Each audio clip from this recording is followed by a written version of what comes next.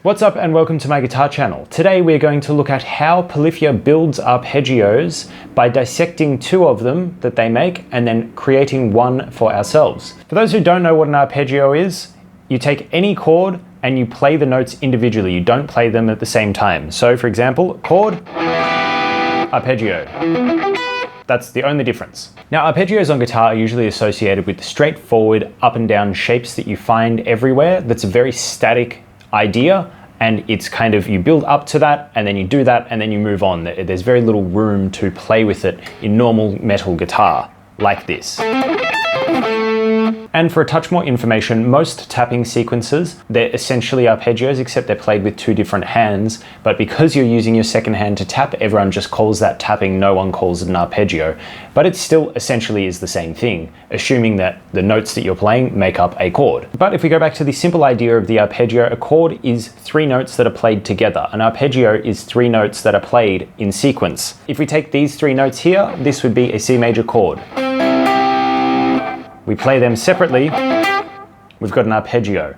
This arpeggio has just as much right to exist and be called an arpeggio as this one. And then if we want to get technical and add in tapping, all arpeggios. Now the first example we're going to do is Goat by Polyphia. This is right before the outro, or it is the outro or something, I don't know. It's the very last bit that happens at the end of the song. It sounds like this. That was messy, but you get the idea. This does not sound like a typical arpeggio. The very first thing we're going to do to dissect this is slow it down.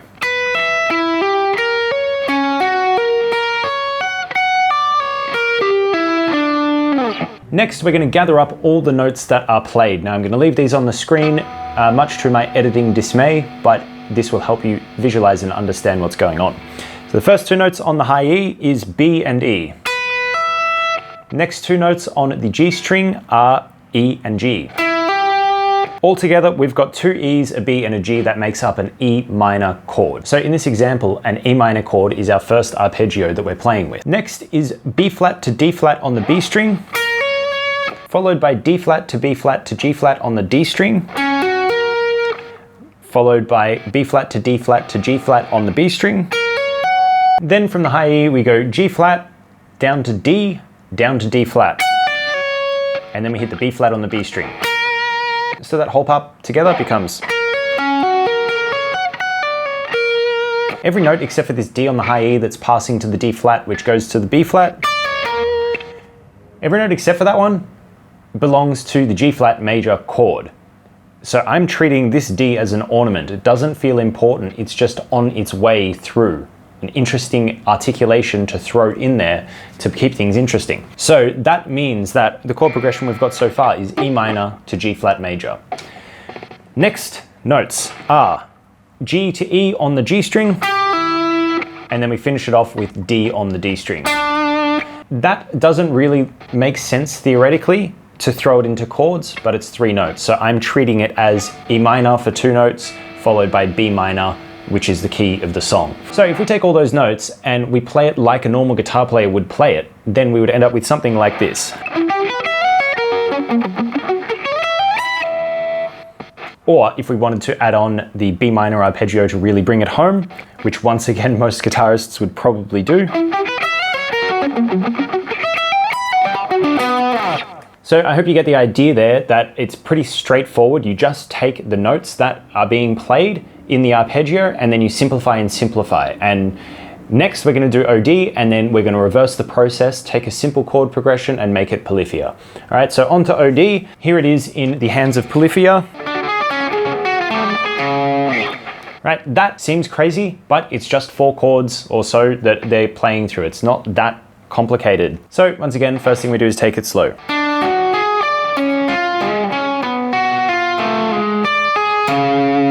So those notes become D to F sharp, G sharp to D,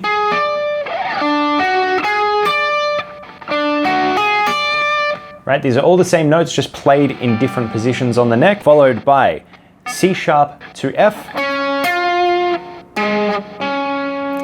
G sharp to C sharp. Once again, same notes, different position. So far we've got what we're doing here in this third chord is we're outlining the B diminished chord. So we start on the B on the D string, which is the 9th fret. We grab the 11th fret on the G string, the F sharp, and we take that down to the F. Then we grab the 12th fret on the A string, the A, and take that down to a G sharp. Right, these are all notes of the B diminished chord, B diminished 7 chord. Okay, and then we're left with 2 notes, which is the 5th to the 1st on the C sharp major that we were doing earlier. So altogether, we end up with something like this that a normal guitarist would play. So effectively what we've done is we've taken these very complex ideas and simplified them and simplified them and simplified them into what standard people do, and in kind of the really basic way to approach this stuff. So now we're going to take something that's really simple and make it more complicated. Now what I've chosen to do with this one is I've got 6 notes per chord. Polyphia have whatever. I haven't really bothered to go into that because it's not the point of this video, but I'm just choosing to do 6 notes with this. So first chord in this sequence is A minor, followed by C major, followed by F major 7. And what's the last chord that I've chosen? And the last chord is D. And together it sounds like this. The first thing that I want to do is break up that big up, down, up, down, up, down thing, because that's the very first thing that guitarists do when they're playing arpeggios. So what I'm going to do is take this first note and repeat it on the next string and then hammer up to the next note. So instead of, then I'm going to repeat it up an octave higher. Now this brings us to 5 of our 6 notes for this chord, and instead of going up, once again, I want to kind of break that mold straight away. I'm going to take that octave and bring it down. So straight away we've taken this chord to, which are 2 quite different sounds. Next chord.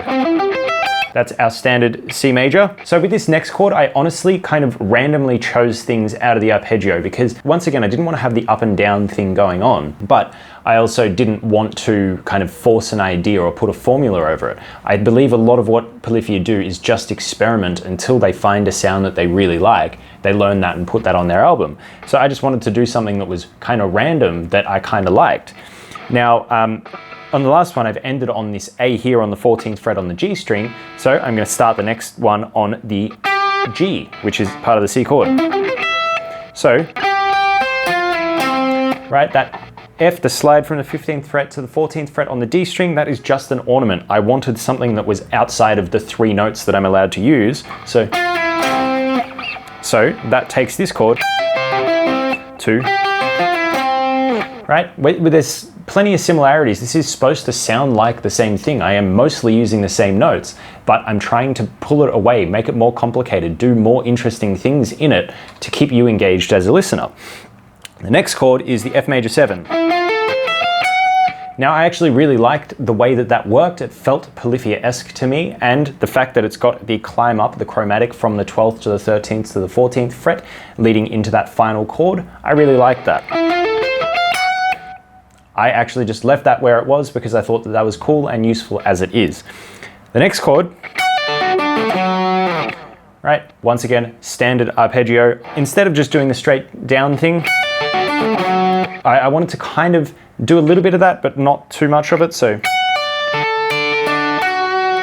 But instead of doing it that straightforward, I wanted to do it like that because I'm doing Polyphia, so I might as well make my life harder for no reason. So bring that all together and you end up with this slowly.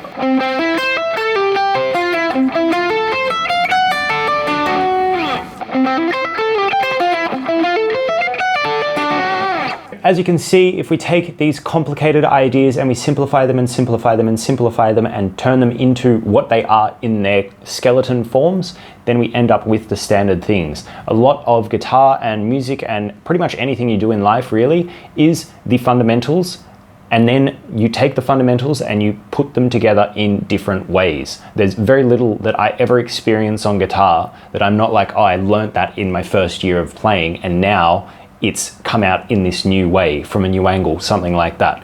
So I hope that sheds some light. I hope that this is usable. I really feel like you should take the concept, like you don't have to remember the details of what's in this video, just remember the idea of you take the notes and then you make it more interesting. You take the simple idea and you make it more complicated. You make it something that you believe is musical. If I have provided any insight in this entire time you've been with me, please leave me a like, please subscribe, and tell me what I taught you, because I like to know that. And if you disagree with me, let me know downstairs, and I will respond to that by telling you that you're probably correct. Anyway, I will catch you next week.